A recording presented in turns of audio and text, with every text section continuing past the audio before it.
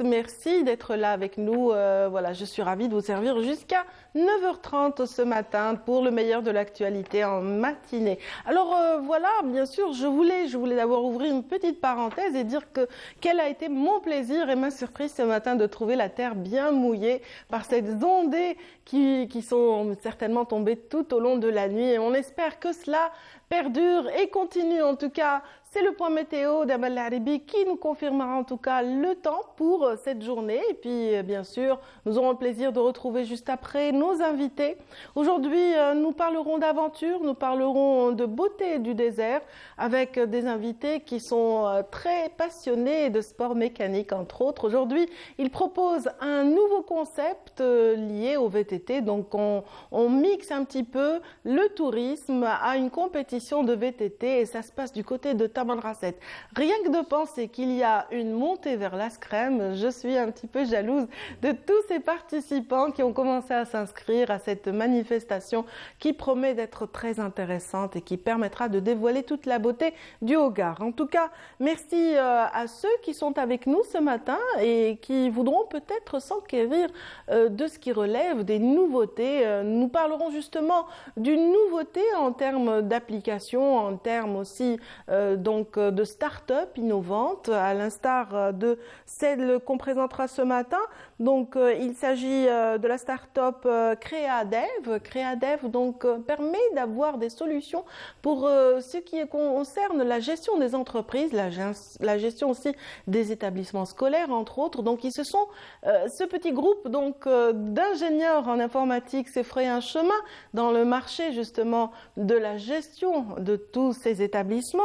Et intelligemment, on verra qu'ils se sont démarqués du lot avec quelques idées très intéressantes que nous dévoilera la fondatrice de l'application CréaDev. Alors aujourd'hui, bien sûr, nous sommes lundi, nous retrouvons Siham Kenous qui nous parlera de la symbolique de la beauté. Et oui, la beauté sera exacerbée aujourd'hui à travers des icônes, des images et des symboles qu'on découvrira grâce à elle ce matin. Meshri Aïda aussi sera de la partie ce matin dans la rubrique psychologie. Elle nous fait le parallèle entre le coaching et la thérapie. Donc on verra l'accompagnement des enfants à travers ces deux voies à choisir pour les parents. Donc elle nous donnera un petit peu les frontières et aussi les avantages des unes et des autres. Alors pour cette matinée, les passionnés de sport et les fidèles savent déjà qu'on offre un round-up du déroulement du Tchad. Donc le championnat d'Afrique des nations de football suit son cours.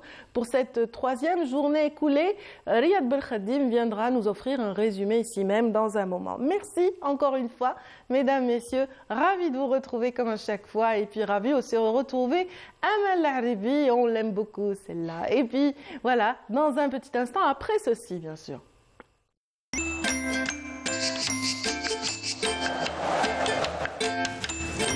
La météo vous est présentée par Mobilis. موبيليس معا نصنع المستقبل. Bonjour Amel. Bonjour Nadia. Ça va? Ça va, merci, oui. Je vous ai mis mal à l'aise avec mes éloges. Oh, trop Nadia, c'est trop pour moi le matin. Non mais c'était À sincère. petite dose. C'était sincère. Merci. Et souvent je croise vos fans et ils me disent comment faire pour entrer en contact. C'est gentil. Ça, C'est gentil. je ne sais pas. Écrivez à Canal Algérie, vous voyez. C'est gentil, merci bien. Bon, en tout cas, voilà, on était ravis ce matin de voir la terre mouillée. Oui, mais juste le matin. Hein. Ah bon, d'accord. Ouais, après il y aura des éclaircies. Je m'en Mais doutais parce que le mercure a l'air de pas d'être trop Exactement. descendu. Mais le facteur le plus important aujourd'hui, c'est les vents. D'accord. Et ça va souffler aujourd'hui. Et quand ça souffle, ça ramène des nuages. Et les Inch'Allah. nuages se condensent. Et on a de la pluie. Exactement. Et il y aura de la pluie pour demain. D'accord. On très l'espère. bien. On croise les doigts. Vous aviez promis de la pluie pour cette matinée, mais Voilà. on l'a eu. Voilà. Inch'Allah. Allez, On y va? c'est un bon présage. Allez. Inch'Allah. Merci Radia. Inch'Allah, allez-y. Bonjour à tous et bon réveil. Eh bien pour aujourd'hui, on aura de la petite pluie, parfois sous forme d'averses, durant cette matinée. Puis le ciel restera passagèrement nuageux tout au long de la journée sur les régions de l'ouest, le centre et l'est du pays. Et le facteur le plus important pour aujourd'hui, c'est les vents qui vont souffler assez fort sur pratiquement l'ensemble des régions côtières, d'où la vigilance jaune durant la journée où les vents peuvent atteindre les 80 km/h par endroit. La moitié sud, rien à signaler, du soleil partout.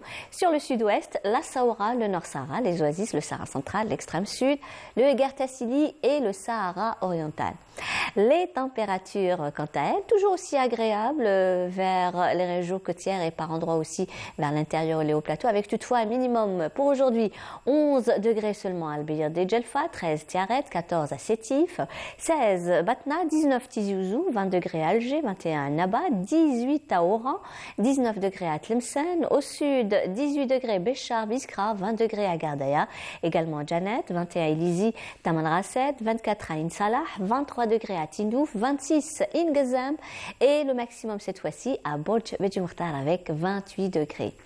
La mer aujourd'hui avec les vents qui vont être vraiment très forts, eh bien la mer sera très agitée sur pratiquement l'ensemble des régions côtières avec des vents qui vont arriver jusqu'à 80 km/h sur les côtes ouest et centre, seront de secteur sud-ouest sur les côtes ouest et de secteur ouest sur les côtes centre, jusqu'à 70 km/h sur les côtes est et les vents seront de secteur ouest.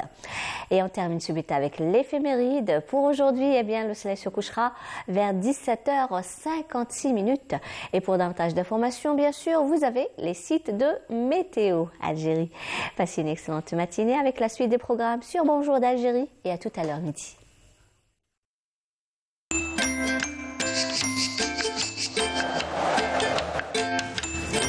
La météo vous est présentée par Mobilis. موبيليس معا نصنع المستقبل. Et par Amel Laribi également, donc, qui nous a présenté la météo de ce matin. Merci infiniment pour toutes ces précisions. J'espère que vous passerez une excellente journée. Inch'Allah. Et vous aussi? Ah ben oui. En tout cas, voilà, on va démarrer avec une note un peu festive. Une chanson, oui. Une chanson, comme d'habitude, avec le groupe Day qui nous chante Djouloulia. Allez, c'est parti.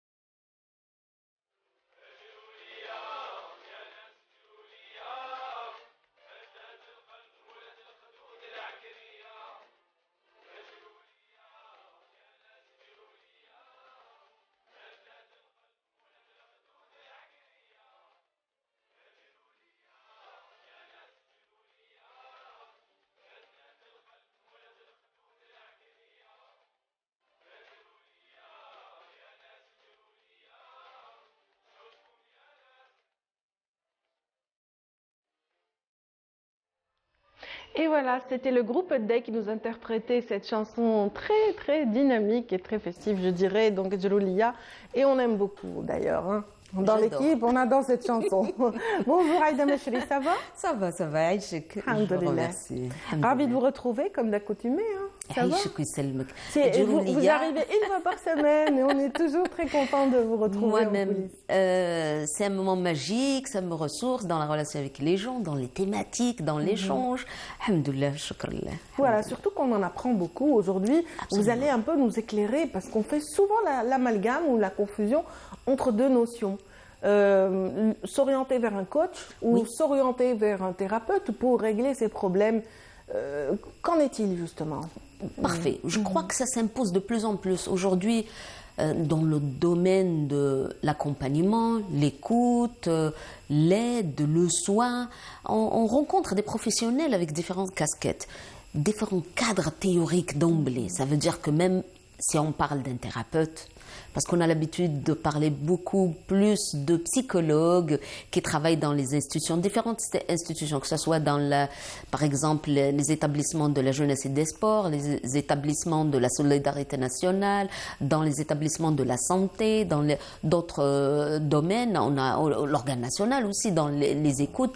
Cette manière d'écouter fait qu'on a pris l'habitude de parler de ces thérapeutes qui nous écoutent, qui nous donnent un peu des formules d'aide, d'accompagnement, mais aussi d'un thérapeute à l'autre, de son cadre à un autre cadre, on rencontre des stratégies très différentes, une manière d'approcher, d'accompagner les familles différemment. Il y en a ceux qui ont plus expérience dans l'accompagnement de l'individu lui-même, dans sa problématique personnelle, d'autres qui sont dans la dynamique de groupe, dans la dynamique familiale, ils travaillent plutôt avec les parents, avec les proches, les grands-parents.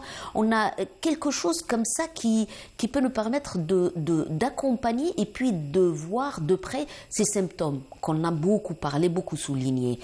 Est-ce que cela est dû à la formation du thérapeute ou du psychologue ou est-ce que... C'est un peu le tout. Pourquoi cette introduction? C'est juste pour vous dire qu'on a pris l'habitude de choisir une seule porte, mais en fin de compte, on se rend compte que au lieu de juste s'aligner et de parler de ce thérapeute, de ce psychologue, parce qu'on fait maintenant la différence entre un psychiatre, un pédopsychiatre, un psychologue, un orthophoniste, un clinicien, on est dans ces problématiques. Mais il y a autre chose. Mais je crois qu'aujourd'hui, on n'est pas là pour justement parler de cette catégorie de thérapeutes que les gens, ils ont pris l'habitude à connaître. Voilà.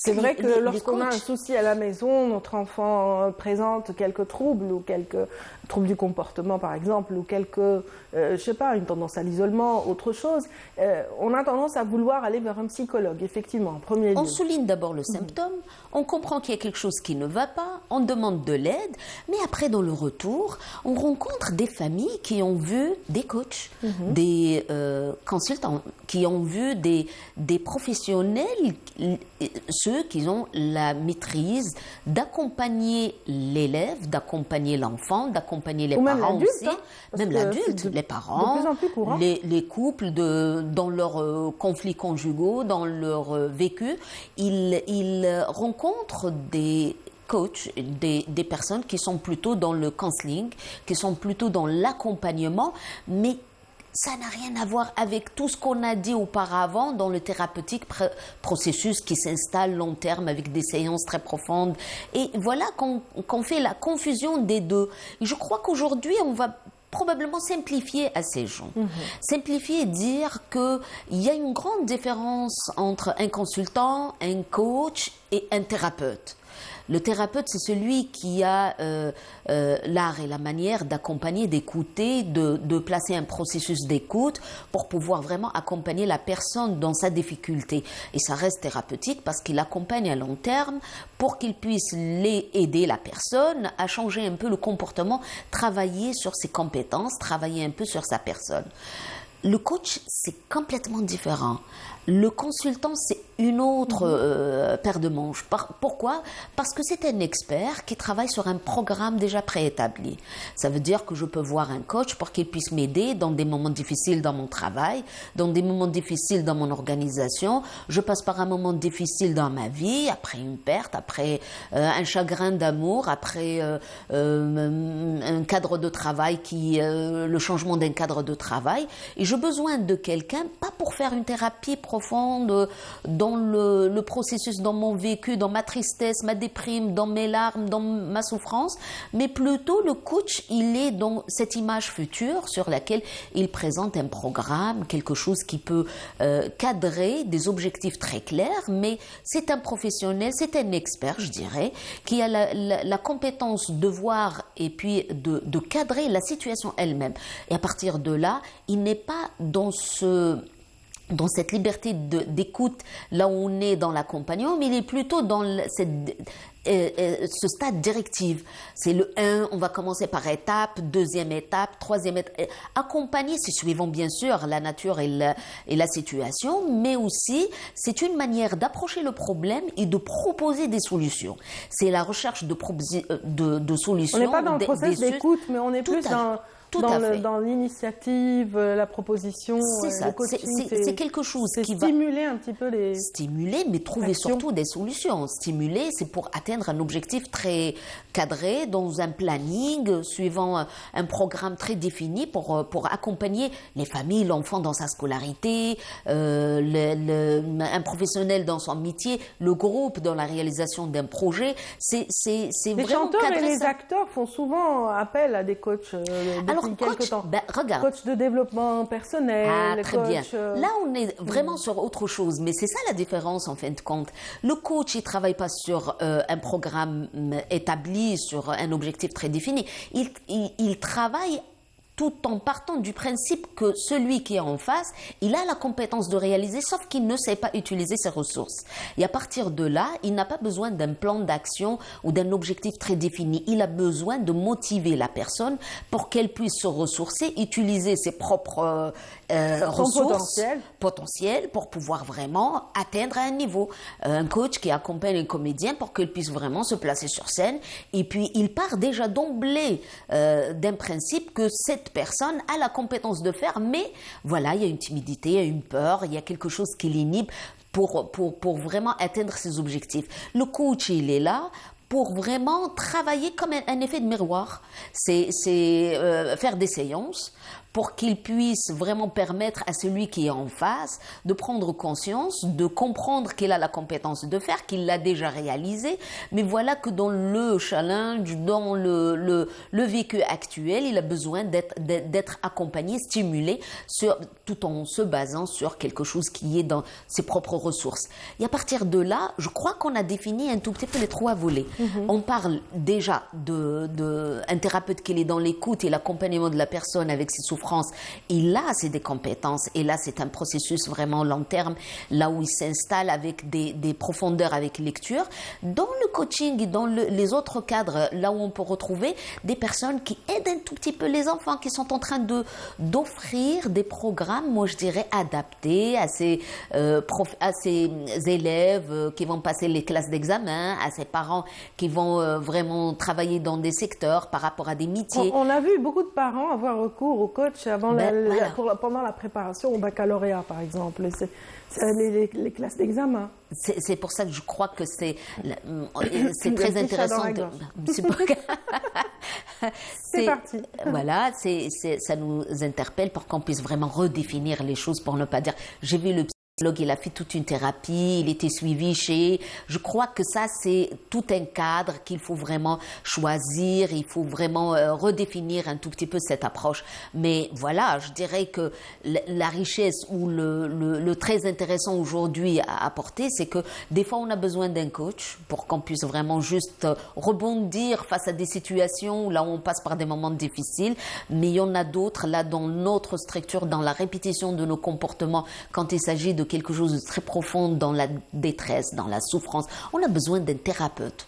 Le thérapeute, ce n'est pas quelqu'un qui va me donner la baguette magique, mais c'est vraiment très différent. C'est pour ça qu'il y a des gens qui demandent un travail long terme ou un soin, mais après, ils n'acceptent pas. Peut-on avoir recours aux deux, Aïda Mechri? Tout à fait. Ce n'est pas en contradiction non, du tout? Non, ce n'est pas une contradiction, sauf que un coach, quand il remarque, quand il approche un terrain là où il peut voir que la personne a besoin plutôt d'un accompagnement, il peut demander carrément à la personne de consulter, de demander de l'aide chez un thérapeute pour une prise en charge. Dénouer les choses qui sont très profondes. Une prise en charge très ciblée. Ça veut dire que si j'ai des symptômes, s'il y a malaise, s'il y a un trauma, c'est les professionnels qui s'occupent de ça.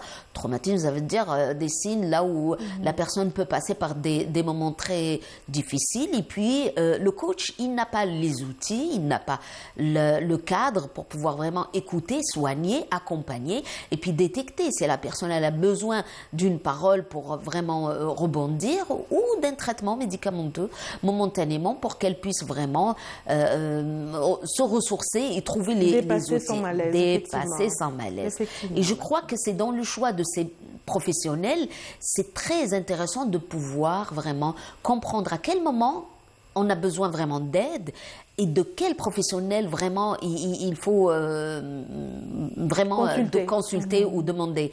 Ça veut dire que c'est aujourd'hui on a besoin juste de retravailler et puis d'être accompagné ces choses et on a besoin d'une expertise pour qu'on puisse vraiment creuser, reconstruire, recadrer ces choses. Mais si on a besoin d'un cadre thérapeutique, moi je crois qu'il faut vraiment comprendre que ça c'est une casquette ou un travail très ciblé par rapport à des personnes qui demandent une grande compétence dans l'accompagnement de l'être humain. Il faut vraiment choisir les bonnes personnes. Donner nos enfants à des professionnels qui travaillent sur leurs émotions, leur vécu, leur personne, leur perception, ça demande un travail minutieux parce que c'est un être humain. Ce n'est pas une baguette magique, robot, là où on peut vraiment forcer, obliger, mais après on dira qu'il y a la finesse aussi. Les gens peuvent comprendre dans la relation et dans l'échange. C'est-à-dire comment choisir son psychologue, puisque vous dites qu'il faut vraiment sélectionner. Est-ce qu'il y a des critères qu'il faut vraiment observer ou est-ce qu'on doit se référer à la formation que faut-il faire? Ou faut-il seulement être à l'aise? Je ne sais pas. Franchement. Parfait. Vous savez, dans la relation d'aide de soins, il y a quelque chose, un feeling dans la relation. Dès qu'on ouvre la porte, on regarde un médecin, on comprend que ce médecin, dans sa manière de nous accueillir et de nous écouter, il y a quelque chose qui fait que, voilà, il y a un bon transfert. On dit une bonne relation dans laquelle on peut construire beaucoup de choses. Il y en a d'autres qui sont très, très compétents, des sommetés, mais dans la relation, il y a quelque chose qui ne va pas et à partir de là, la personne peut rejeter. Avoir le cadre déjà de confiance et d'échange, c'est primordial. Je ne peux pas obliger mon fils, ni obliger mon mari, ni obliger l'épouse à vraiment faire une thérapie s'il n'y a pas cette relation, une bonne relation d'emblée pour pouvoir vraiment construire les choses. Mais après, tout dépend de la demande. Oui. Si maintenant on a besoin juste d'une approche pour pouvoir vraiment travailler, ouvrir, ça c'est chose. Mais il y a des fois où on a besoin vraiment de quelque chose de plus profond, un accompagnement thérapeutique plus profond. Il ne faut pas trop hésiter parce que ça ne part pas dans le temps. Et puis on a beau à chercher des coachs comme ça pour nous permettre de voler avec nos propres ailes et puis de réussir, d'avoir les meilleures notes. Mais si la défaillance, elle est interne, elle est très profonde, vaut mieux faire une thérapie et revenir à nos ressources pour qu'on puisse vraiment chercher cet équilibre et ce bien-être. Mais sinon, si on rate un tout petit peu ça, il n'y a pas la baguette magique comme ça qui va nous transformer en personne parfaite, parce que le parfait n'existe pas, mais parce que aussi ces formules de solution aident ceux qui ont l'art, la compétence et le bon cadre. S'ils ne l'ont pas, ils ont besoin probablement d'un accompagnement autre. Ça veut dire que dans la relation, dans cette demande d'aide, dans notre manière de comprendre de quoi on a besoin, il faut vraiment choisir les personnes et puis on a le feeling de connaître un tout petit peu la dynamique et c'est pour ça qu'il y a des thérapeutes qui durent des années et des coachs qui réussissent merveilleusement bien. Il y en a d'autres, ça tombe dans l'eau et ça rapporte pas beaucoup de solutions. À partir de ce moment, il faut s'orienter ailleurs et faire une autre recherche, prospection pour tomber sur la bonne personne. En tout cas, On a été ravis ce matin de découvrir cette nuance. C'est vrai qu'il échappe à beaucoup, à moi y compris, donc entre le coaching personnel et aussi donc la thérapie en elle-même. Donc merci infiniment Aïda pour ce choix, j'aime beaucoup. Merci. Voilà. Je ne sais pas si on peut avoir une idée de la prochaine thématique ou alors on laisse la surprise aux téléspectateurs. La surprise. Vaut mieux les émourir, ça va sûrement nous aider à mieux comprendre d'autres thématiques, Inch'Allah. Inch'Allah, merci. En tout cas, c'est toujours un plaisir de vous recevoir sur ce plateau. Je vous souhaite de passer une excellente journée. Merci. Je souhaite aussi à ceux qui viennent de nous rejoindre de passer une excellente journée. Les sportifs, ne vous impatientez pas, dans un moment. On va vous raconter le déroulement de la 3e journée du CHAN, championnat d'Afrique des nations de football, avec Riyad Belkhadim, un résumé qui sera en toute fin de cette émission. Donc, mais avant, on va recevoir et accueillir avec beaucoup de chaleur notre ami Sihem Kenouch qui se prépare en coulisses. C'est parti, après ceci.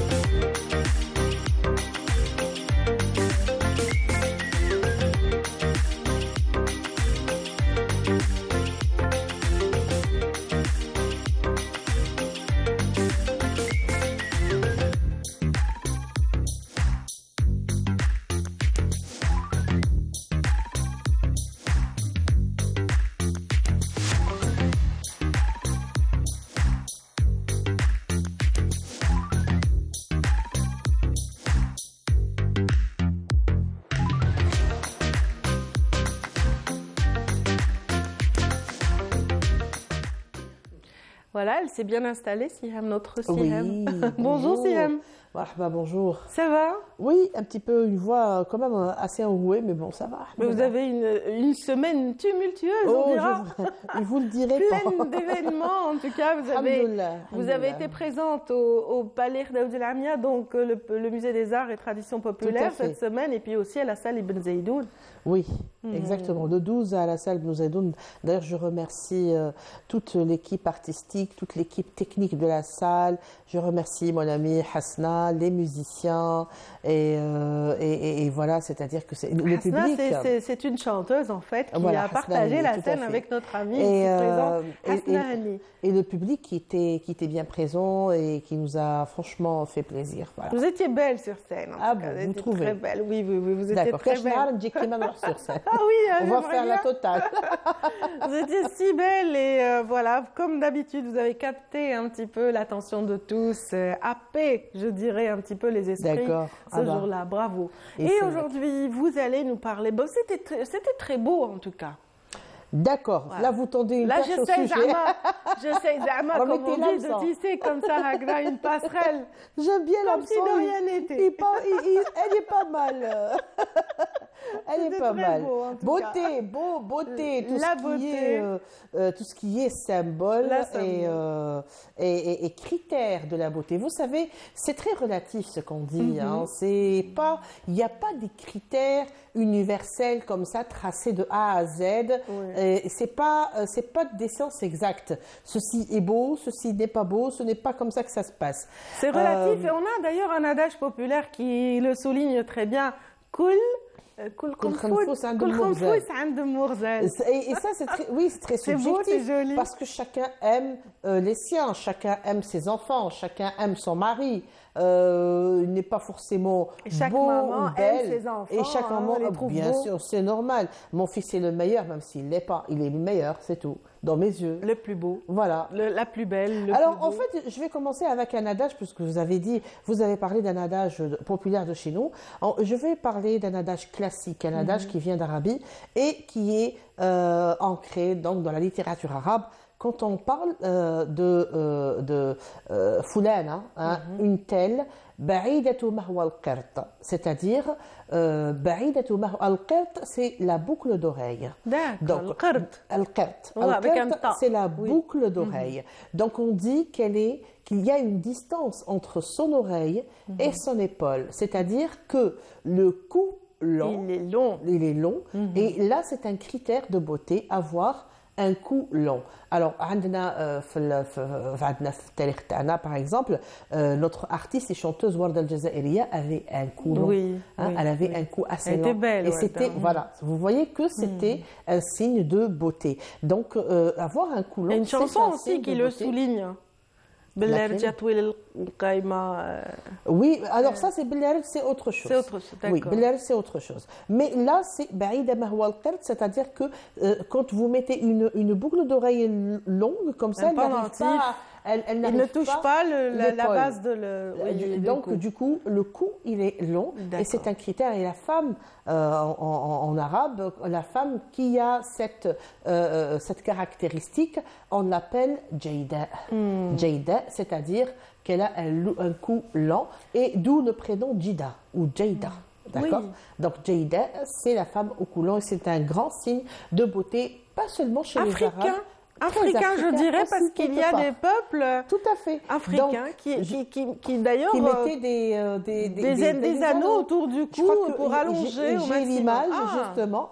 J'ai ramené l'image. Ce sont des peuples de l'Éthiopie, du Kenya aussi, et quelque part en Namibie. En Namibie, c'est une autre philosophie. On se teignait la peau, on faisait de boue rougeâtre. Et ça, c'est un signe de beauté chez eux. Bon, on ne peut pas comprendre toute la philosophie du monde. Mais c'est vrai d'avoir un long cou comme ça, c'est très arabo-africain. Très bien. D'accord, c'est très arabo-africain. Et alors, je cherche l'image, je crois que vous allez la trouver. Hein. Sinon, s'il n'y a pas, il n'y a pas. Al-Muhim, c'est une image où on voit des femmes, par exemple, avoir des anneaux comme ça, tout le long du cou. Et ça, c'est une... Les Maasai ont cette oui, culture. Oui. Énormément. Là, c'est la femme. Si on voit cette image, par exemple, qu'est-ce que si c'est on que regarde ce ça là, on symbole voit vraiment le cou qui est très très très long. Et c'est vrai qu'en Afrique, on mettait par exemple des anneaux pour allonger le cou. Et c'est un grand signe de beauté, comme je le disais, arabo-africain. Il y a un autre signe de beauté qui est très très présent, même chez nous, c'est d'avoir de grands yeux. C'est avoir de très très grands yeux. Et on fait la liaison entre les yeux noirs et grands et entre les yeux de l'oryx. Alors, l'oryx en arabe, c'est le maha, d'accord. C'est une gazelle, c'est plus des bovins, hein, c'est des bovins qui vivent en Arabie et qu'on appelle el maha. Ils ont des cornes fins, des cornes fines comme ça, très très longues. Et des yeux en amande, on dit l'Aïn qui le ghazal.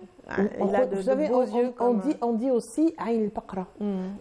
Et pourquoi al-Baqra? On a l'impression que c'est péjoratif, mais non. Parce qu'en fait, l'oryx ou le maha, en fait, c'est des bovins. Ce n'est pas vraiment la famille des antilopes ou des gazelles, mais c'est plutôt des bovins. C'est vrai Donc, qu'on a c'est pour l'impression ça qu'ils que- ont un regard tellement profond. Tout à fait. Donc l'oryx Ce n'est ou pas le seulement marin. lié à la forme, mais à cette profondeur du regard. Tout à fait. Et c'est plus, il y a un noir intense. Et l'aïn kahlag tela. Les gens de chez nous, donc de tel, ils disent l'aïn kahlag tela. Donc c'est les yeux noirs en amande et donc qui ont un regard assez, on va dire, hypnotiseur, j'ai envie de dire. Je sais pas. Oui, mais l'œil à l'égyptienne aussi, c'est très... Avec du koul, avec les ornements, c'est autre chose. Il y a plein d'ornements qui sont signes de. Mais Mais je c'est cherche- un canon de beauté parmi d'autres. Exactement. Toujours africain. Exactement, toujours Oui, africain. toujours Alors, africain. les cheveux chez un bédouin ou dans le nord Afrique, on va dire qu'on va parler des cheveux noirs, très intenses et très longs, comme le jazzia. Par exemple, dans la Jesse hilalienne, cette jazzia, elle avait une chevelure très noire, bien épaisse et aussi très longue. D'ailleurs, elle s'est attachée un jour à des épines et on avait du mal à détacher ses cheveux des épines, il ne fallait pas les couper. Et c'était pour retarder en fait la caravane. C'était pour retarder la caravane. C'était très difficile. Voilà, on trouve tout ça dans la Jesse hilalienne. Par contre, Ça me au sud rappelle de un l'Afrique- conte universel qui Qui est- parle de Rapunzel, donc Ah oui, bah écoutez, cette belle petite princesse Avec la perchée tresse, voilà, sa autour de tour. Tours.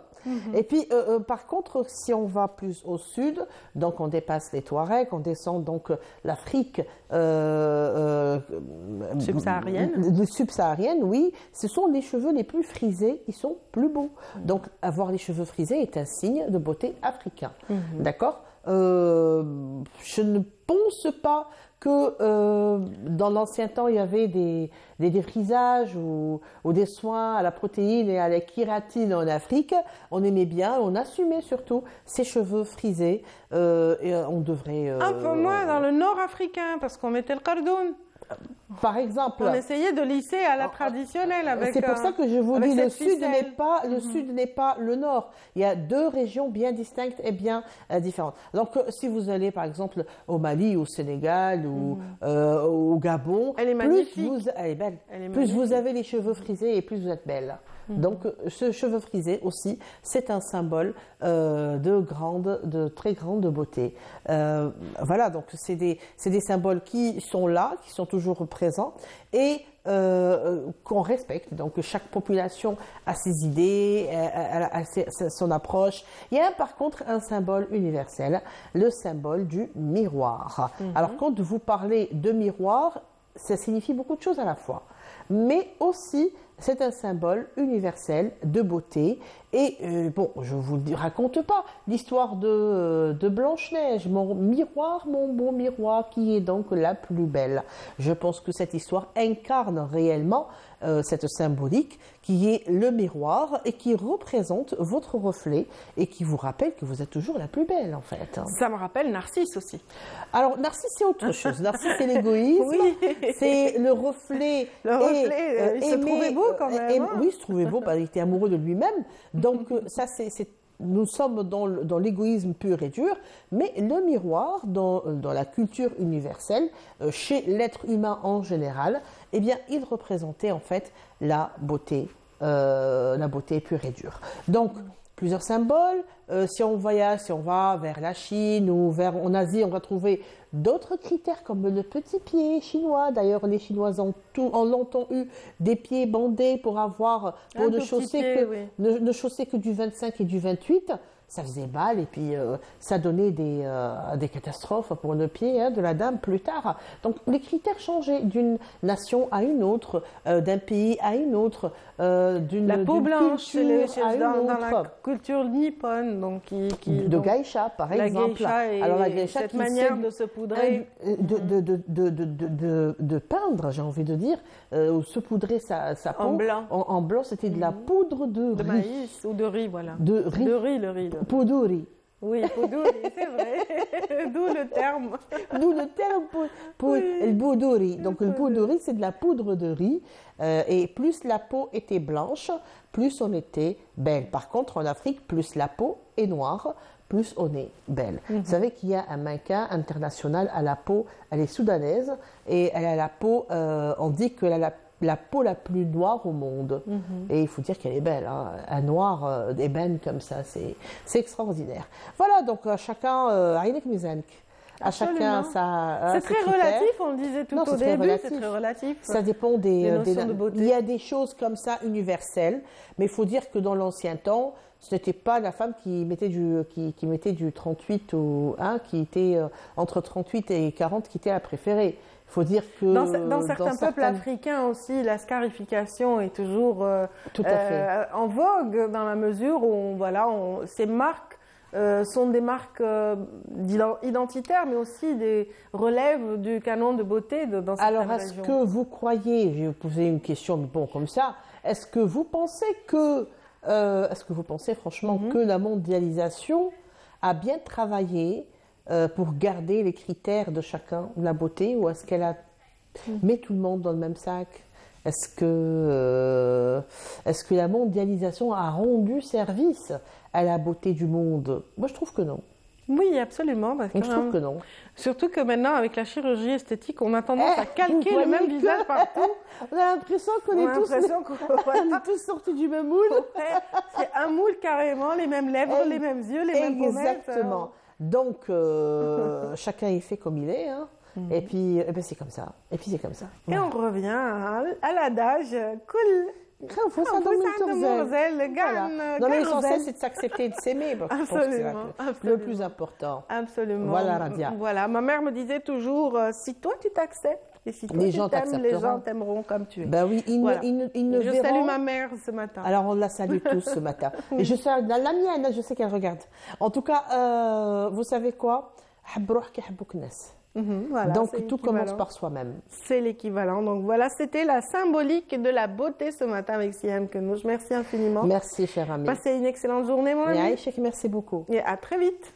Très bien, merci. Merci infiniment. Donc voilà, merci à ceux qui sont avec nous ce matin et qui aiment énormément le football et toutes ces pratiques aussi un peu divertissantes qui tournent autour, le freestyle entre autres.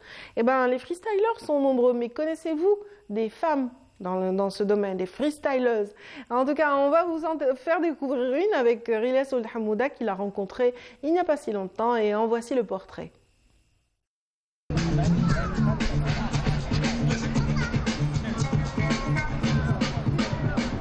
Dans son quartier situé à la banlieue est d'Alger, plus exactement à Bebzouar, cette jeune adolescente pratique le football freestyle, sous le regard émerveillé des habitants du quartier et sa famille.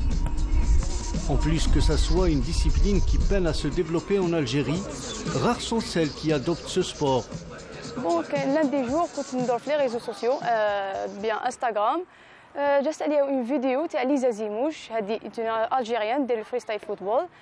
شفت لا فيديو ديالها جو اتيراتني لا فاصون تاعها اللي تلعب بها الفوت قلت علاش ما نسييش وعلاش ما نديكوفريش هذا الفري ستايل ابخي دخلت اليوتيوب حبيت سقسيت عباد ثاني يديروا فري ستايل في الجي يعرفوا كاين بزاف يديروا فري ستايل ما يحبوش يبانوا سقسيتهم عطاو لي بزاف دي نون تاع لي سكيلز هاد العفايس دخلت اليوتيوب بديت كتبت نشوف البروميي سكيلز تعلمتو كتبت لو سلاب تعلمتو بوندون 2 جور 3 جور هكا. Lina, depuis son jeune âge, elle était passionnée de football. احنا كيفاش ديكوفرينا هاد لا باسيون عندها سي لقيناها تلعب بزاف البالون، تحب بزاف البالون كدا نشريو لها لي البالون تاع الفوت، لقيناها تلعب هنا في الحومه بزاف.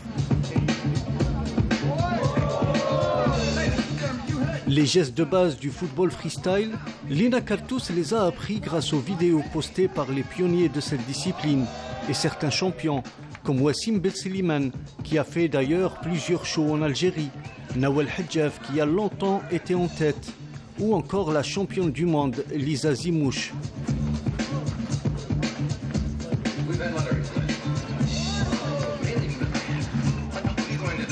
Dès que l'occasion se présente, Hicham Boulassel, ancien champion d'Algérie de football freestyle, fait le tour des stades de son quartier pour dénicher et coacher les jeunes adeptes du football et ceux qui veulent en faire tout un art.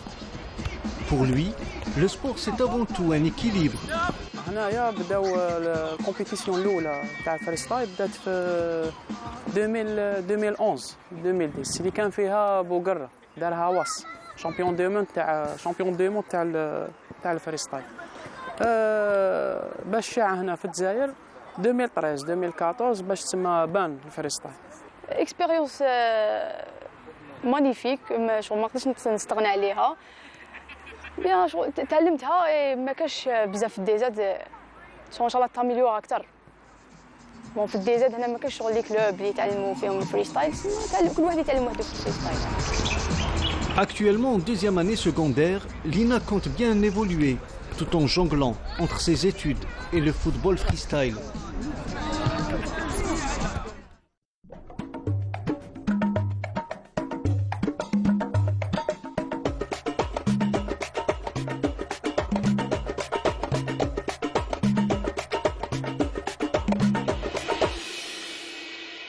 Vous l'aurez compris, le freestyle annonçait la couleur pour la séquence suivante. Et Riyad Belkhadim est déjà là pour le résumé justement du Chan essentiellement. Bonjour Aladia. Bonjour, ça va? On voit bien que les Algériens adorent le foot et les Algériennes aussi. Les Algériennes aussi s'y mettent depuis quelques années. C'est pour ça qu'on est très content maintenant de voir des familles, des enfants, des femmes au stade, ce qui n'est pas habituel chez nous. C'est un peu plus habituel quand on voit les stades en Europe. Maintenant un peu plus dans les pays du Golfe. On l'a vu par exemple à la Coupe du Monde à Doha, au Qatar. Et on le voit de plus en plus chez nous. En tout cas, pour résumer et pour commencer cette petite page du Chan, déjà c'est une réussite au niveau populaire. Cette adhésion des familles. Oui, parce que déjà il y a eu un record qui a été battu à Annaba avant-hier, puisque la compétition a commencé à Baraki avec le Stade Mandela le premier jour. Ensuite, à Annaba, avec ce record, on en avait parlé ici. Oui, le public était venu en masse. En fait, c'est le record dans une CHAN pour un match qui ne concerne pas le pays hôte. Il y avait 16 000 spectateurs à Annaba dans le stade du 19 mai pour un match qui concernait le Sénégal et la Côte d'Ivoire. C'est superbe et on va voir encore une grande affluence hier au stade Hamlaoui de Constantine. On va commencer, à Radia, si vous permettez, par l'équipe nationale qui déjà a bien entamé le tournoi avec une victoire face à la Libye. C'était lors du match d'ouverture. C'était un match compliqué parce que c'est le premier, parce que face au public, parce que face aux plus grandes autorités du pays et du patron de la FIFA qu'on va entendre tout à l'heure. Un penalty qui nous a valu les 3 points, donc désirés et attendus. Et maintenant, c'est l'Éthiopie qui se met devant l'équipe de Bouguera. Mais ce deuxième match, grâce à la première victoire et grâce au match nul entre l'Éthiopie et le Mozambique, une victoire nous permettrait tout de suite de nous qualifier au quart de finale. Hier, il y a eu une séance d'entraînement qu'on voit ouvert à la presse, enfin ouvert à la presse, 15 minutes ouvert à la presse, parce qu'après, quand il y a des dispositifs tactiques... Parce que j'imagine que il ne faut pas dévoiler toute la stratégie. Il ne faut rien dévoiler de la stratégie, donc face à l'Éthiopie. Et donc l'équipe de Bouguera, mentalement, ils sont bien, voilà, on les a vus. Salah Delbel était à l'entraînement hier, le mental est bon, il y avait du sourire, ils se sentaient bien. Aujourd'hui, normalement, est prévue une conférence de presse conjointe des deux coachs, Majid Bouguera et Wabetou Abaté, l'entraîneur j'y arrive, l'entraîneur éthiopien. Et le match sera demain à 20h au stade Nelson Mandela de Baraki à Alger, déjà à guichet fermé pour la seconde fois. L'équipe de Bouguera fait le plein et en tout cas ils auront besoin du support du 13e joueur, comme on dit, le public. Tout à fait. Et en tout cas, on leur souhaite bonne chance parce que après cette victoire, et on l'espère une victoire, Bouguera pourra faire tourner l'effectif au 3e match pour essayer d'autres joueurs et se préparer à un éventuel, Inch'Allah, quart de finale. Oh, c'est tout ce qu'on souhaite justement pour les Verts. Inch'Allah, une victoire. Alors, hier, je vous l'ai dit, c'était au tour de Constantine, après Annaba. Il y a eu un seul match joué hier.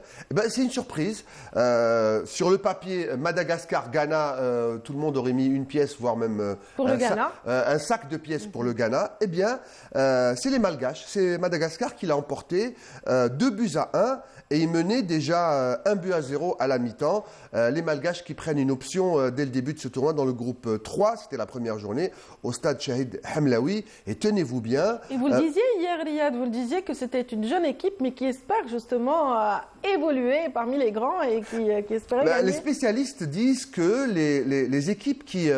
les petits poussés, entre guillemets, même si j'aime pas trop cette expression, ont moins de pression, ils n'ont rien à perdre. Oui. Alors que les favoris sont là et c'est les équipes à battre. Et c'est ce qui s'est passé hier. Le Ghana, qui avait fait match nul en match amical juste avant le début du tournoi avec l'Algérie, s'est incliné donc de 2-1. Et l'autre info de ce match, c'est les 20 000 spectateurs au stade Hamlaoui de Constantine, un jour de semaine. Hein. Oui. Un jour de semaine, c'était pas le week-end. Ça prouve encore une fois la réussite de ce tournoi et que les Algériens, d'abord, ont envie de redécouvrir les enceintes des stades. Hamlaoui, comme Annaba, a été totalement rénové.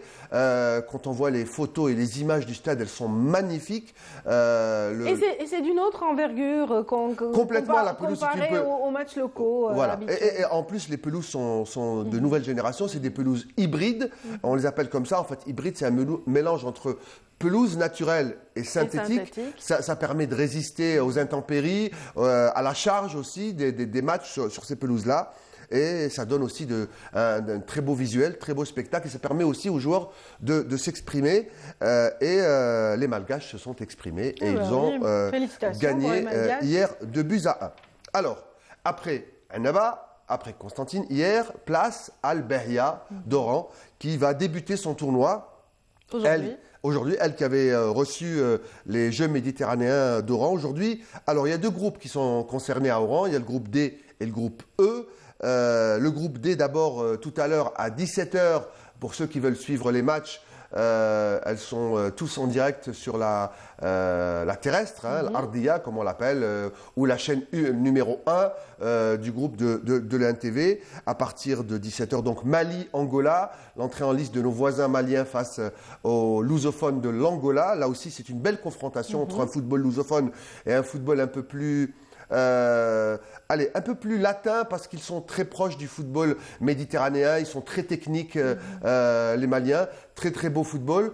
Et puis le soir également une autre confrontation avec l'Afrique subsaharienne, vous en parlez tout à l'heure, à 20h, c'est l'affiche Cameroun-Congo au stade Miloud Hadfi, le stade où on a vécu la cérémonie d'ouverture des Jeux méditerranéens. Encore une fois, un très beau spectacle. Les Oranais, très certainement. On va voir, on va voir on va comparer les publics Anabi, constantinois, algérois. Déjà, ils font le plein, mais bon, il n'y a pas photo parce que c'est l'Algérie qui joue. C'est normal qu'on remplit. Alors, je passais sur l'autoroute il y a quelques jours avant le coup d'envoi, je crois qu'après l'inauguration, et j'ai vu quelque chose d'assez...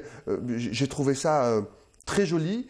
Des familles qui s'arrêtaient sur l'autoroute et ils prenaient des photos du stade Mandela illuminé. Ils s'arrêtaient, ils descendaient, ils se prenaient des selfies sur cette merveille architecturale. Et c'est pour ça que tout le monde a envie d'aller voir ce stade. Avec l'équipe, c'est encore plus fabuleux. Qui explique les guichets fermés, effectivement. Guichets fermés. Tous les tickets sont déjà vendus pour... Alors, on va voir si les Oranais seront au rendez-vous pour ce stade de Miloud Hadfi, pour ce Cameroun-Congo. Il y aura Samuel Eto'o. C'est une star mondiale. C'est le patron de la FECAFoot, de la Fédération camerounaise de football, l'ancien buteur du Barça, de l'Inter de Milan, entre autres. On le voit, c'était à son arrivée hier chaleureuse. Il a été accueilli par Rachidou Kali, le président du COCHAN, du comité d'organisation du CHAN. C'était à Alger. Et on va écouter dans quelques instants une déclaration forte qu'il a fait. Vous savez que l'Algérie est candidate pour l'organisation de la Coupe d'Afrique des Nations 2025. Et on va d'abord écouter ce que dit Samuel Eto'o et on revient pour en parler. Avec plaisir. L'Algérie a été aux côtés du Cameroun quand on traversait un moment difficile lors de la CAN au Cameroun.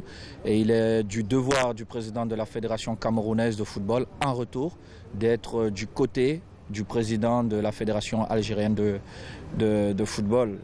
le sport, le football, il est là pour aider, pas pour diviser. Et nous n'allons pas changer cette belle histoire.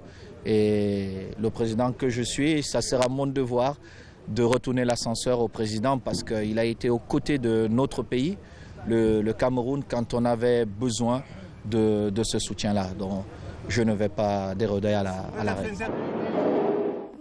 C'est vrai. Samuel Eto'o, toujours aussi habile, que ce soit sur un terrain ou devant des caméras et des micros. Alors, je rappelle les faits et je mets les choses dans leur contexte. Juste avant le début de la Coupe d'Afrique des Nations au Cameroun, l'année dernière, le Cameroun n'était pas prêt les derniers jours et il y a eu des pays, et même certains pays qui sont membres du bureau exécutif de la CAF, qui ont voulu retirer cette organisation et mettre en doute la capacité du Cameroun d'organiser cette Coupe d'Afrique des Nations. Et l'Algérie avait dit et avait apporté son soutien et sa confiance au Cameroun pour qu'il l'organise, et il l'a organisé. Et ça, Samuel Eto'o ne l'a pas oublié, et on a par contre oublié cette élimination, et c'est ça le football, et c'est ça le sport. Il fallait un qualifié. Le Cameroun est venu se qualifier à Blida. La page est tournée, mais le livre du football est encore ouvert. Il parlait d'une belle histoire qui devait continuer. Voilà, et il a dit un mot fort. Il a dit le football est fait pour unir et pas pour diviser. Et c'est un message très fort. Là, il est arrivé à Oran, bien sûr, pour soutenir l'équipe du Cameroun qui joue le Congo ce soir à 20h. Les déclarations toujours dithyrambiques, Samuel Eto'o apporte son soutien, mais il y a aussi l'émerveillement de ce stade, on l'appelait le stade Mandela, lors de la cérémonie d'ouverture, qui est un stade magnifique, un stade aux normes internationales. C'est un bijou de foot, c'est pas un stade olympique comme l'est par exemple Milou Hadfi ou le 5 juillet où il y a la piste d'athlétisme. C'est un stade dédié au football. C'est un temple du football, et c'est ce qu'a déclaré en exclusivité à la télévision algérienne le patron du foot mondial, Gianni Infantino. Il a un nom à connotation italienne, il est italo-suisse, le patron on l'a vu dans les tribunes le jour de la FIFA. Oui. On l'a vu, et là on va l'entendre, qui était émerveillé par l'organisation, la cérémonie, le stade, et il estime que c'est un stade tout à fait mérité pour une nation de football. On écoute Gianni Infantino. C'est un gros pays, l'Algérie a gagné la Coupe arabe de la FIFA. Et c'est moi, avec l'émir du Qatar, qui ont donné le trophée, n'est-ce pas, à l'Algérie il y a une année. C'était une fête, pas seulement une fête nationale, mais une fête pour tous les Algériens du monde entier. Et donc je trouve que c'est important qu'on investisse justement dans des infrastructures, dans des compétitions, dans l'organisation, dans la professionnalisation du football. On en parlait aussi avec le Premier ministre ce soir, évidemment le président de la fédération. Et on veut être à côté, en tant que FIFA, on veut être à côté de l'Algérie, dans la même équipe, pour faire briller encore plus ce football algérien qui a écrit des pages incroyables du football mondial, de belles pages. Je me souviens de la Coupe du Monde 1982 en Espagne. J'avais 12 ans, j'étais petit, mais mon pays, l'Italie, a gagné. Et mon pays, l'Algérie, a fait quand même quelques bons résultats aussi, en battant l'Allemagne notamment. On se souvient tous. Et c'est ce rêve, c'est cette énergie qu'il faut qu'elle continue. Et c'est pour ça, je pense vraiment que l'Algérie a un futur radieux pour tout ce qui est football. Mais c'est moi qui vous remercie. Comment est-ce que vous dites en Algérie? 1, 2, 3.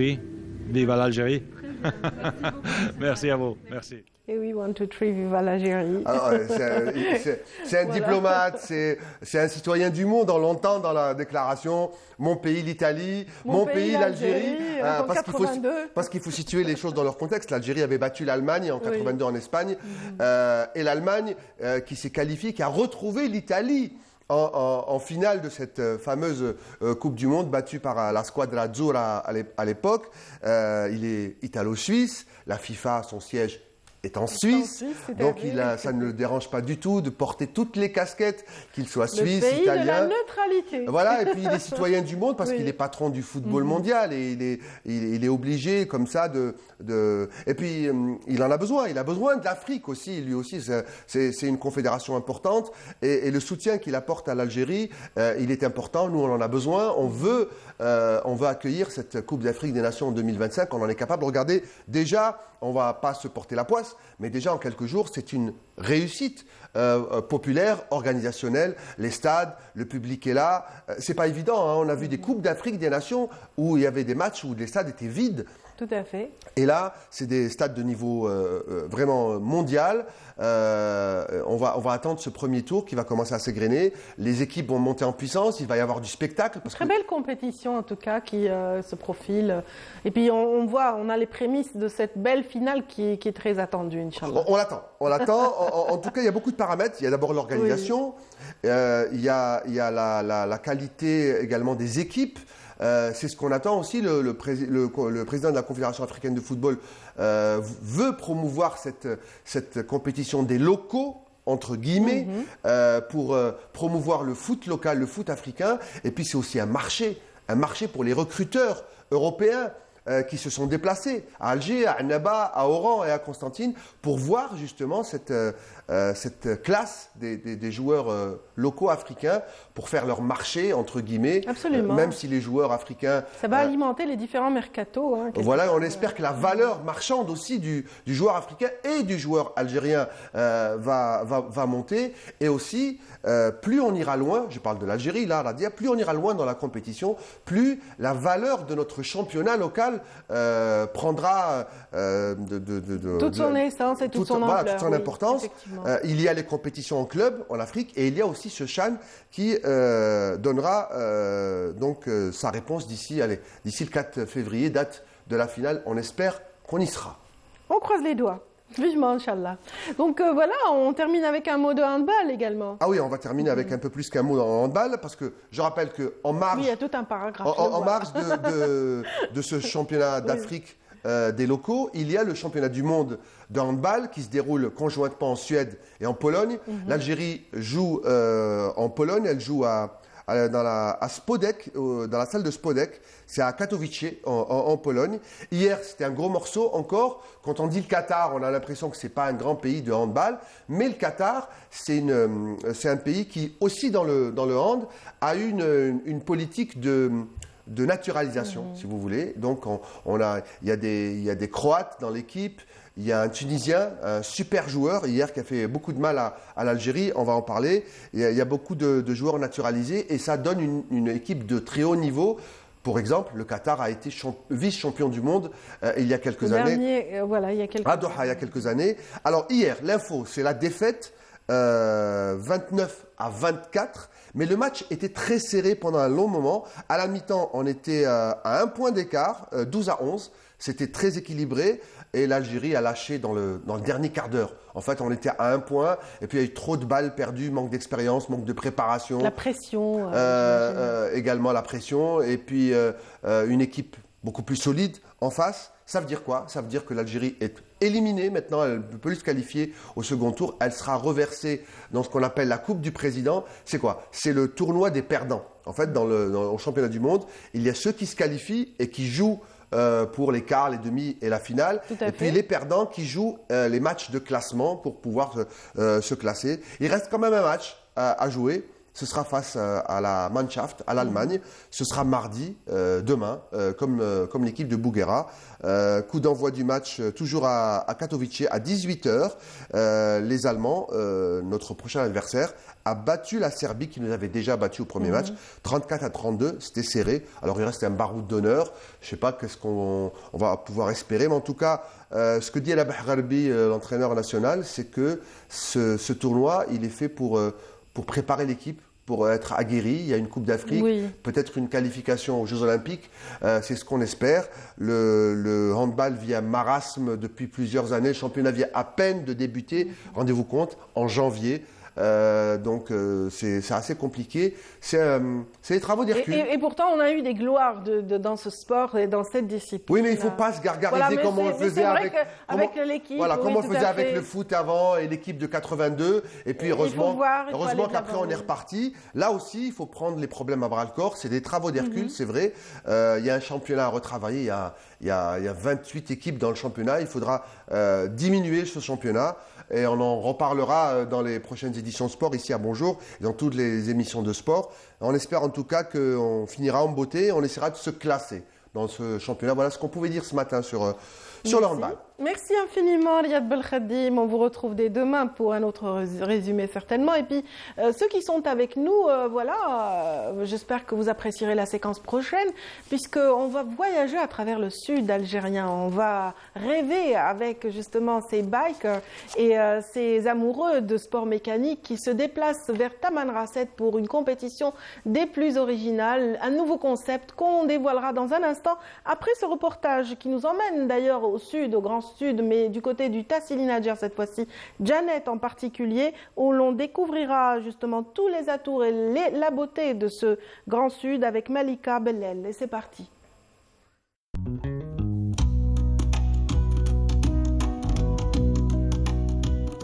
Incontournable endroit aux paysages grandioses et aux formations géologiques surprenantes. Tassili Nadjer est un massif montagneux d'une splendeur incomparable. Ici, à l'extrême sud-est du pays, se dresse le parc national du Tassili Nadjer, un parc à ciel ouvert qui regorge d'endroits touristiques uniques et de paysages à couper le souffle. L'organisation est à la hauteur et le paysage est juste magnifique.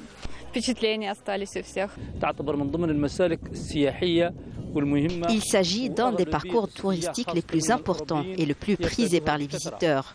C'est la destination préférée des touristes, surtout étrangers. Nous, en tant que guides, nous connaissons tous les secrets de cet endroit.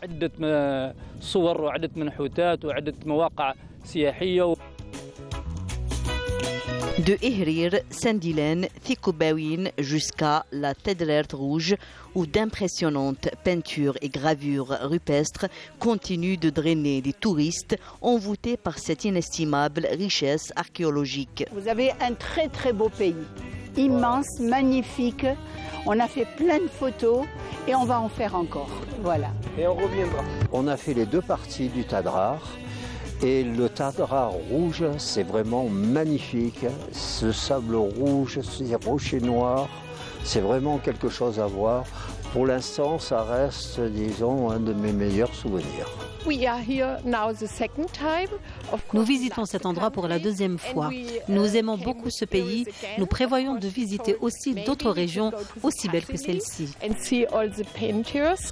Découvrir des paysages à couper le souffle, les dunes de sable aux différentes couleurs ou admirer tout simplement les jolis palmeraies tels des écrins de verdure parsemés au fin fond du désert, le Tassili Nadjer se livre dans toute sa splendeur pour exalter le visiteur. Nous avons enregistré environ 3000 touristes étrangers. Parmi eux, des touristes de 35 nationalités ont visité la wilaya de Janet, en plus de 17 000 visiteurs locaux. Ils sont nombreux, ces visiteurs prêts à faire des milliers de kilomètres pour découvrir ces mers de dunes et des lieux chargés d'histoire. Le Tassili Nadjer a même été classé parmi les destinations touristiques à visiter en 2023 par le New York Times. Et oui, et un autre bijou de notre Grand Sud, le Hogar également, donc intéresse les touristes de tous bords. Bien sûr, dans ce reportage, on a vu les véhicules tout-terrain, les 4x4. On avait peut-être qu'il y a eu du méharé, peut-être qu'il y a eu aussi toutes ces virées pédestres. Et puis là, on va parler d'un sport en particulier, le VTT, pratiqué dans le Grand Sud. C'est ce que ça fait partie du concept nouveau dont nous parlerons. Les invités qui viennent de s'asseoir à côté de moi, donc Monsieur Bourali en l'occurrence. Toufir Bourali, vous êtes le directeur du groupe Mzaptou. Voilà, on est ravis de vous retrouver et de parler de passion et de beauté du désert avec nous. comme d'accoutumé. Bonjour tout le monde. Oui. Parce que vraiment le désert c'est un espace de culture, de tradition et ancestrale dans tous les domaines. Et tout le monde souhaiterait, Inch'Allah, notre objectif maintenant, c'est de comment faire venir le maximum de nationaux et des Algériens qui habitent en Europe et les invités aussi qui viennent de partout. Et pour ceux qui ne vous connaissent pas, vous y travaillez déjà depuis les années 80. Donc fin 80, vous avez créé cette agence au moment où il y avait encore le rallye Paris-Alger-Dakar. C'était une manifestation qui faisait rêver. Donc, et là, je m'adresse à mon second invité, Amir Ben Mammar. Bienvenue. Vous êtes responsable et directeur des événements pour le groupe. Et on est ravis de vous retrouver également ce matin. Merci. Vous êtes à l'origine quelque part de cette idée, non le Hogar Bike. Le Hogar Bike, oui. Oui. C'est-à-dire, c'est un nouveau concept qu'on a voulu un petit peu, qu'on veut développer. On veut développer ce concept, c'est le tourisme en VTT. Oui. Donc le tourisme en VTT, ça englobe un petit peu beaucoup de choses. Donc ça englobe donc les passionnés du VTT, les passionnés des challenges, et en même temps les passionnés donc des découvertes touristiques d'une façon plus écologique. Voilà. Et c'est vrai que le terrain est différent à Tamanrasset. Il s'y prête parce que voilà, on n'est pas dans le Grand Tergue occidental, donc comme à Janet, on est dans un environnement complètement différent. On a de la roche, on a un autre relief. Oui, c'est un relief mixte, comme on le dit, donc un peu de roche diversifiée. Donc il y a de la roche, il y a du sable. Il y a aussi, on peut découvrir donc une mixture entre les deux. Donc on a comme on le dit aussi, donc de la roche, des volcans, ce qui est aussi très important par rapport aux touristes et aux gens qui veulent faire découvrir. On est vraiment dans le paysage lunaire qui fait rêver un petit peu les Occidentaux. Moi j'ai toujours dit, c'est un mot que j'utilise toujours, même dans toutes les communications qu'on fait, que ce soit de communication écrite ou tout. Je dis toujours que c'est un paysage époustouflant. Donc ça reste quand même quelque chose à voir. Voilà, vous êtes à l'origine, en tout cas dans votre groupe, de plein de manifestations qui ont toujours une pointe d'originalité. Parler du cerf-volant à Janek, c'était pas mal, en tout cas regrouper des passionnés de cerf-volant avec ce ciel bleu et ces étendues immenses, et voilà, c'était magnifique. Le dernier, on vient de réaliser à Timimoun. Voilà, Timimoun également. Le 16 et le 17 décembre. C'était une réussite parce qu'il y avait même des ateliers pour la récupération des objets, des plastiques pour en faire des objets de décoration dans les maisons. Absolument. Voilà, on est dans le recyclage, on est dans la passion, dans l'évasion, parce qu'on profite aussi de la beauté de tous ces paysages. Et le Raid des Reines aussi, c'était aussi un très beau challenge féminin donc, que vous entretenez depuis plusieurs années et voilà, qui fait rêver plus d'une femme. Donc parcourir les étendues désertiques en 4x4 ou en voiture. Conduire aussi. Conduire, oui. Et conduire, c'est ça aussi. C'est ce qui plaît beaucoup plus dans la formule, donc c'est ce qui plaît beaucoup plus aux femmes, c'est qu'ils sont initiés à la conduite dans le désert, sur le sable. Donc ils sont accompagnés d'un chauffeur expérimenté tout ça, et à chaque fois ils les dirigent pour bien faire la chose, pour bien conduire et tout ça. Absolument. Donc ça c'est quelque chose de 700 km de piste. 700 km pour le Hogar Bike? Non, pour les 220 km pour le Hogar Bike. Oui. Et puis le TAM, le Raid des Reines, c'est le TAM Janet. Tamanrasset Janet, c'est quand même... C'est deux Tassili en même temps. Oui, si on le fait en continuité, c'est 7 heures de route, donc 7 ou 8... 16 heures de route. 16 heures 16 heures Non, par la piste, nationale. Oui, donc... Si on fait les deux Tassili, ça nous prend moins 5 jours. Oui. En tout cas, cette fois-ci, il ne s'agit pas de véhicules, il ne s'agit pas de sport mécanique, mais on a des VTT qui sont mis en avant dans cette compétition que vous lancez. Oui, les VTT, comme je l'ai dit tout à l'heure, pourquoi les VTT? Parce qu'il y a beaucoup de passionnés donc, de VTT qui cherchent donc bien sûr à réaliser un challenge. Le challenge ici actuellement, le challenge le plus important donc, actuellement en Algérie, ça reste la montée de la Scrème. Mon Dieu, je la connais celle-là. Et c'est quand même abrupt, hein, surtout vers la fin. Oui. Donc ce sont virage sur virage et sur des pistes comme ça qui ne sont pas faciles. On voit, vous avez fait le parcours test. Le repérage, oui, ça c'est ce qu'on appelle, donc c'est un repérage, c'est pour donner l'itinéraire, itinéraire qui reste quand même réalisable. C'est magnifique. Oui. C'est très beau et là vraiment. Là, c'est la scrème pratiquement. Donc, ça c'est le coucher ou le lever? C'est le coucher. Là, c'est le coucher. C'est le coucher du soleil. Bon, j'imagine que vous avez calculé de manière à ce que les athlètes arrivent. On ne peut pas organiser une section sans faire de repérage, une équipe précise pour tous les détails, aux fins de détails, parce que comme ça, les gens s'y attendent à un road boy pour voir tout ce qui se fait au niveau de cet événement. C'est très important pour nous parce que même c'est un truc touristique, il n'y a pas de compétition, et même les gens qui n'arrivent pas à terminer l'étape, on les ramène pour reprendre l'étape prochaine le lendemain au départ. Très bien, donc en tout cas ce qui est intéressant c'est cette montée de la scrème. Arrivé tout en haut, vous avez tout calculé, orchestré pour qu'on ne rate pas le plus beau coucher du soleil au monde. Comme l'a dit M. Toufir, donc c'est un événement qui est beaucoup plus un événement touristique, mais qui a un autre concept. Donc c'est pour sortir un petit peu du classique. On a créé un autre concept, c'est un challenge. Le challenge en VTT pour la montée de la scrème.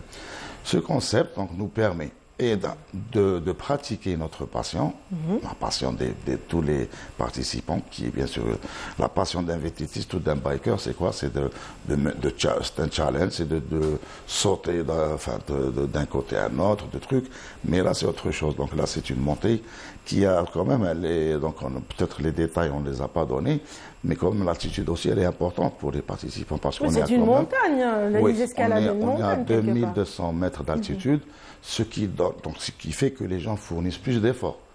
Donc l'effort il est doublement fourni, et en même temps, plus on fournit d'efforts, plus ça va être difficile. Donc il y a le terrain, il y a l'effort, donc l'altitude aussi qui est contre un petit peu, donc qui donne une autre on va dire dimension, voilà, une autre dimension par rapport aux bikers. Et c'est ce qu'on a appelé ça, donc c'est le challenge de la scrème, de la montée de la scrème. Donc le challenge de la montée de la scrème, c'est celui qui peut finir donc toute la montée jusqu'à arriver à la scrème, et de là ils peuvent participer ou peuvent voir le coucher de soleil qui est aussi à une autre hauteur de 200 mètres. Et les premiers décrochent un trophée, bien sûr. Le trophée de la montée de la scrème. C'est symbolique, mais quand même. Symbolique, nous, voilà. Tout le monde aura un trophée. Tout le monde aura un trophée à la fin. On s'est dit, on va faire 2 trophées. Donc le finisher, c'est celui qui va finir, parce que c'est un événement qui va se dérouler sur 5 étapes. Et on aura donc le trophée de la montée de la scrème. Donc ceux qui terminent le tout, parce qu'il y a la montée, ensuite il y a la descente, ce qui est difficile aussi, parce qu'il faut voir les pics aussi qu'il y a dans la descente. Oui. Et il y a ceux qui terminent la montée, qui arrivent jusqu'au pic de la scrème. Donc là, c'est 2 trophées qui sont différents. C'est juste pour créer une ambiance par rapport à cette visite aussi qui est touristique.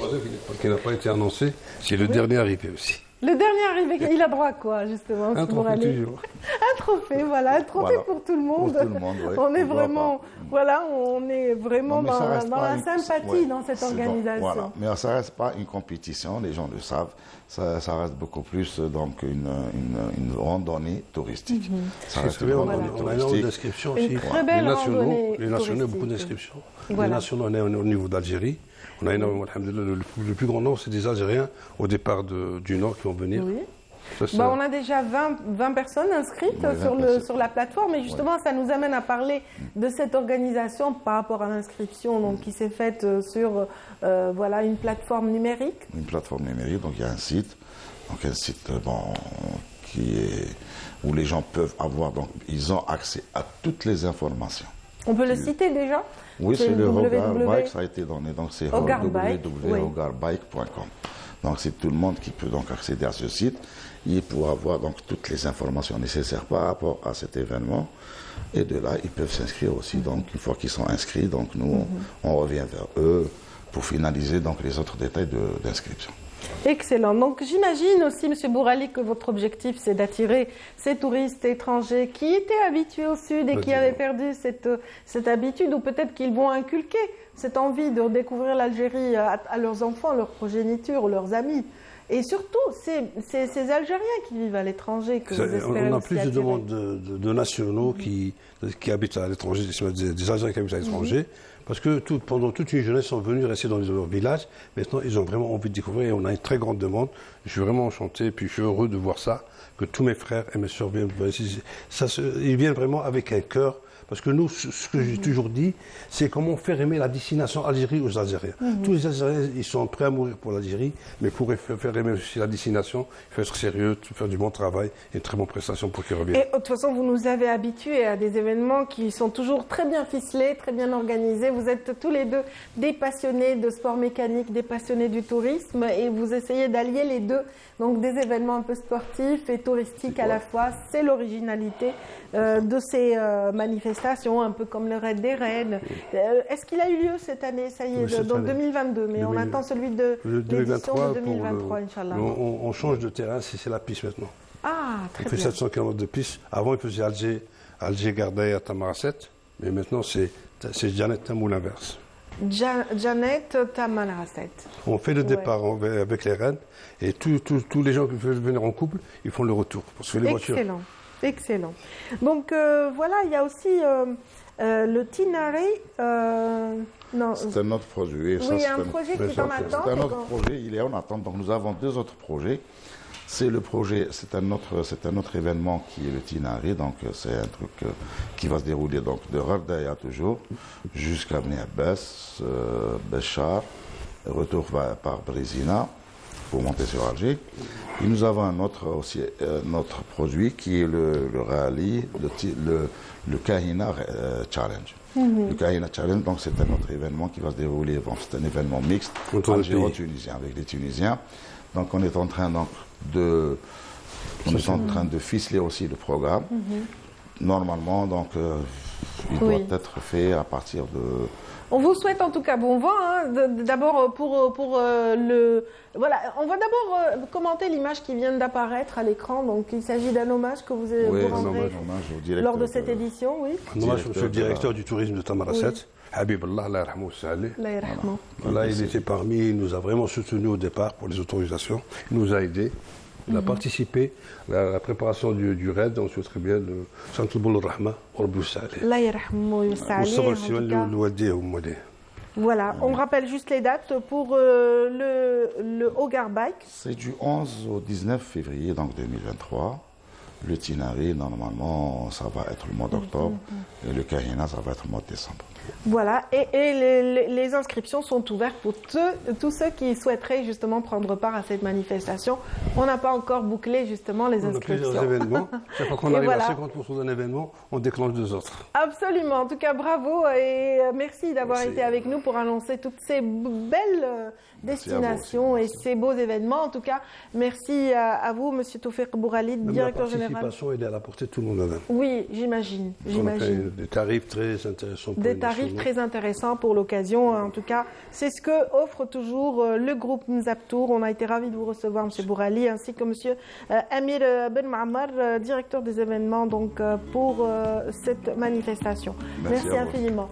Merci à ceux qui viennent de nous rejoindre ou ceux qui étaient là depuis le début. Donc, on va parler d'une innovation dans un instant. Une invitée se prépare à rentrer.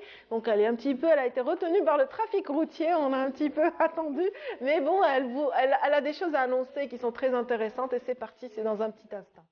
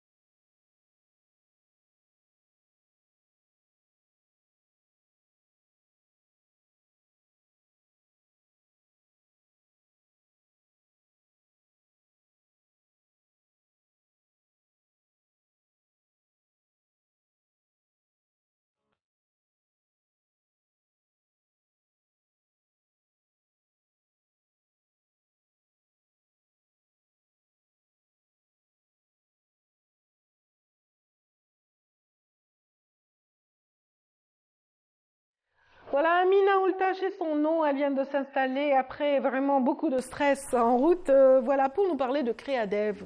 Voilà, Créadev, donc c'est un petit peu votre bébé. Vous êtes la fondatrice de cette... Oui, bonjour. Start-up, voilà. Exactement. Donc, Créadev, c'est une start-up. C'est effectivement mon bébé. Donc, qu'est-ce que nous faisons à Créadev? Nous faisons des produits, tout ce qui est application mobile, ERP, site Internet, pour le domaine dans le secteur de l'éducation. C'est pour la digitalisation des établissements du secteur éducatif, les crèches, les écoles et même les universités. Donc, les ERP qu'on propose offrent une multitude d'options et ils permettent de gérer l'établissement avec un seul programme. Au lieu d'utiliser plusieurs programmes, un spécifique pour la paye, un spécifique pour la comptabilité, un autre pour la scolarité et tout, nos ERP regroupent toutes ces fonctionnalités en un seul programme qui permet de faire une seule saisie qui sera rapportée c'est-à-dire dans chaque module. Dans chaque module. Voilà. En plus de ces ERP, notre nouvelle innovation pour cette année, c'est qu'on va lancer les applications mobiles qui seront une suite à ces logiciels de gestion qui vont permettre d'intégrer le parent dans le quotidien de son enfant, soit à la crèche ou bien à l'école. Voilà, sur mon portable, sur mon smartphone, je peux savoir si mon fils a pris son médicament à temps, s'il a bien mangé, s'il a eu une attitude bonne journée, bizarre ou pas. S'il était content, de bonne humeur, s'il était grognon, tout ça, c'est pour l'application pour les établissements de la petite enfance, les crèches. Donc, ça va permettre aux parents de suivre vraiment la journée de son enfant et d'être en contact et les encadreurs. Exactement, d'être en contact avec l'éducatrice de son enfant au niveau de la crèche ou bien avec l'enseignant et l'administration dans les écoles. Et ça permet aussi c'est-à-dire de rapprocher ces deux acteurs clés de cet écosystème qui n'avaient pas vraiment le temps d'échanger parce que les parents n'ont pas vraiment le temps en fin de journée d'échanger avec l'éducatrice chargée de leur enfant. Il n'y a pas assez de temps. Tout le monde est pressé de rentrer. Exactement, c'est la fin de la journée. Là, ça va leur permettre vraiment d'avoir un cahier de liaison sous forme d'application mobile qui va permettre le contact. En plus de ces... C'est en tout cas très intelligent parce que ça vous a permis de vous positionner par rapport à un marché où il y avait des concurrences quand même. Exactement. La concurrence. Donc avec cet aspect, vous démarquez complètement finalement. Complètement. Ça permet toujours d'évoluer toujours dans le même secteur et nous réservons encore énormément de nouveautés pour nos utilisateurs au cours de cette année. Voilà. C'est excellent. Donc Créadev, ce sont des solutions digitales pour la gestion, même des entreprises, pas forcément seulement dans le domaine scolaire. On peut gérer les stocks, on peut gérer le personnel et autres. Voilà. On peut aller dans la personnalisation à un point extrême, c'est-à-dire selon les demandes et ce dont a besoin notre client. On va dans la personnalisation jusqu'à la fin. Et c'est ce que nous sommes en train de faire depuis 7 mois aussi. On personnalise l'ERP de gestion scolaire pour la version universitaire. C'est-à-dire qu'il va permettre de gérer vraiment les contraintes du système LMD qui sont assez compliquées pour les responsables pédagogiques des universités et des écoles supérieures. Et avec cette nouveauté aussi pour l'année 2023, vraiment ça va vraiment faciliter aux enseignants, aux gestionnaires. Exactement, aux enseignants pour la saisie de leurs notes, aux responsables pédagogiques pour les délibérations et les relevés de notes, les certificats de scolarité, tout ça, ça va être vraiment facilité. Oui. Pour finir, j'aimerais rappeler que vous avez été parmi les 8 lauréats du concours lancé par un des opérateurs téléphoniques, en vue justement de mettre en valeur les solutions innovantes. Et vous avez été sélectionné parmi 8 sur un nombre de 365 quand même candidats. Oui, on a participé à une compétition de start-up qui était exclusivement pour mettre en avant l'entrepreneuriat féminin. Et nous avons notre projet a été parmi les 8 projets gagnants de cette compétition. Vous avez gagné quoi?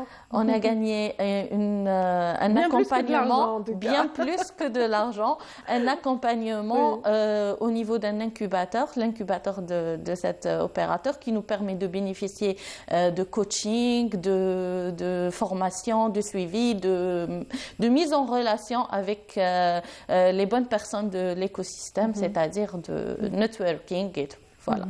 Voilà, ça vous a permis un petit peu de confirmer vos compétences, vous qui êtes ingénieur en informatique, en génie logiciel, et de vous affirmer sur un marché qui était peut-être un rêve au début seulement. Exactement, c'est-à-dire qu'au début, on commence avec une idée, tout commence avec une idée, et à force de perfectionner cette idée et de travailler pour son accomplissement, ça se transforme en réalité avec des utilisateurs. Nous avons plus de 70 utilisateurs.